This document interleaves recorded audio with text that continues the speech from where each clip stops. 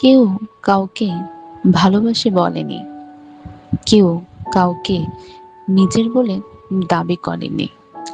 তবু একে অপরের ছাড়া দিন যেন অসম্পূর্ণ লাগতো।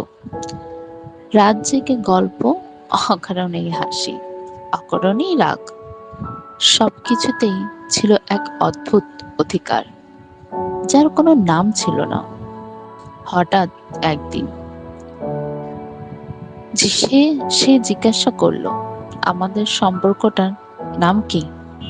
কিছুক্ষণ নীরবতা, তারপর মৃদু হাসি উত্তর দিল, সব সম্পর্কে নাম দিতে হয় না, কিছু সম্পর্ক শুধু অনুভব করার জন্যই থাকে। কথাটা শুনে সে চুপ করে গেল, কারণ সে জানতো এই সম্পর্কটা ঠিক নাম দেওয়ার মতো না।